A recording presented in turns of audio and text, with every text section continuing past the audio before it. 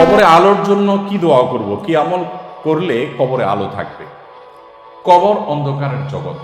নবী করিম সাল্লাল্লাহু আলাইহি সাল্লাম কবরের জীবন সম্পর্কে আমাদের অনেক বেশি সাবধান করেছেন, এবং এটি আখিরাতের প্রথম ঘাঁটি, পরকালের জীবনের প্রথম ঘাঁটি হলো কবর।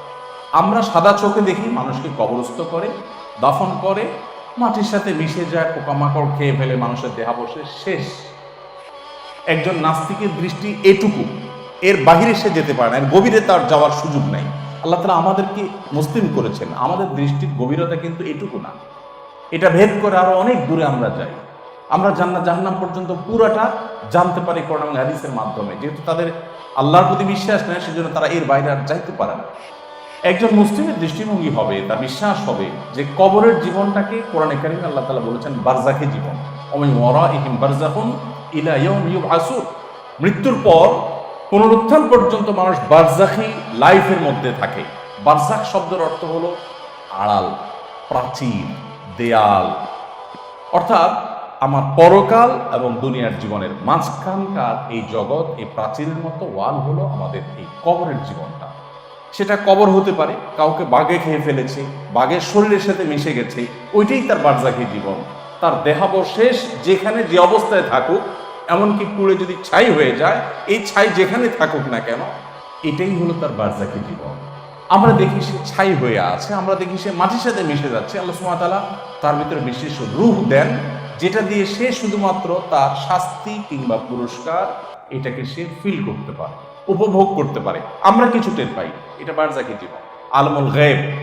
তো এই জীবনে মানুষ যদি ঈমান নিয়ে যেতে না পারে, কুফর নিয়ে যায়, তো ভয়াবহ অন্ধকার, গুটগুটে অন্ধকার, এটা শাস্তি হিসাবে তার সামনে আবির্ভূত হয়।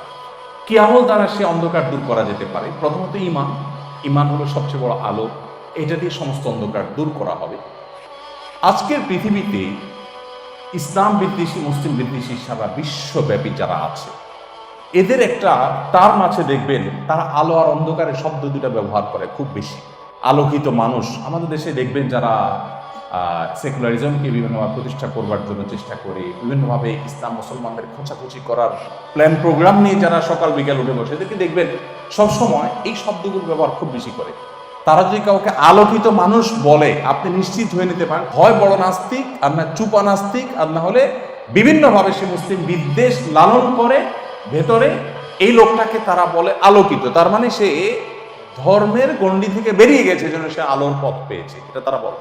আর ধর্ম বিশ্বাস যারা আছে তাদেরকে বলে অন্ধ, অন্ধকারের মধ্যে আছে, এই টাইপের কথাবার্তা বলে, তাই না? আল্লাহ সুবহানাহু ওয়া তাআলা কোরআনে কারীমে আলো এবং অন্ধকার সম্পর্কে পরিষ্কার ধারণা আমাদেরকে দিয়েছেন। কুফরকে আল্লাহ তাআলা জুলুমাত বলেছেন, ঈমানকে আল্লাহ তাআলা আলো বলেছেন। এর বিপরীতটাকে তারা আলো অন্ধকার দেখাতে চায়। ঠিক দাজ্জাল আসার আগে, দাজ্জালের পূর্ববর্তী বংশধররা, দাজ্জাল আসার আগে যারা আছে পরিবেশ পৃথিবীতে তৈরি করে, তারা কোরআনের কনসেপ্টটাকে উল্টিয়ে দিয়ে, কারণ দাজ্জাল তো নিজেকে আল্লাহ দাবি করবে, তাই না? দাজ্জালকে যে বিশ্বাস করবে সে কাফের হবে, বেঈমান হবে, কিন্তু দাজ্জাল নিজেকে আমরা উপস্থাপন করবে যে মানুষ বিভ্রান্তিতে পড়ে যাবে। আজ তার পূর্ববর্তী অনুসারে যারা, তারাও সে একই কাজ করছে, অন্ধকারকে তারা আলো করে দেখাচ্ছে, আর আলোকে তারা অন্ধকার হিসেবে দেখাচ্ছে।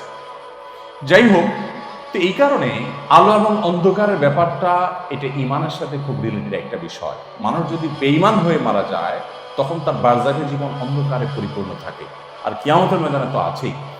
তো সে আলো, কবরে আলোর জন্য প্রথমত ঈমান, এটাকে সুদৃঢ় করা, এটাকে সুসংরক্ষিত করা, ঈমান নষ্ট হয়ে না যায় সেই প্রচেষ্টা অব্যাহত রাখা নাম্বার এক।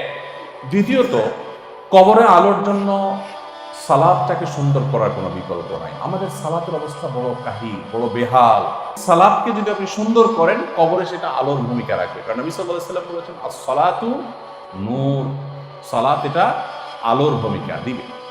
ঠিক একইভাবে সূরা কাহফের প্রথম 10টি আয়াত স্পেশালি, আর পুরো সূরাটা, এটা কিয়ামতের ময়দানে বান্দার জন্য আলো হয়ে আসবে। বিশেষ করে শুক্রবারে কেউ যদি সূরা কাহফ পড়ে, নবী সাল্লাল্লাহু আলাইহি ওয়াসাল্লাম তার জন্য আলো হয়ে আবির্ভূত হবে, সে ওয়াদা করেছে।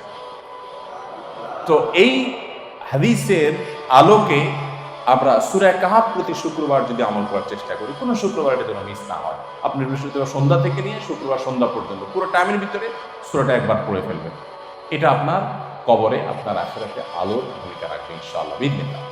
সেই সাথে সাধারণ যে সমস্ত নেকামলগুলো আছে এগুলো আমাদের কবরের জীবনে আলো ইনশাআল্লাহ আমাদেরকে আলো দিবে এবং আলো হয়ে আসবে।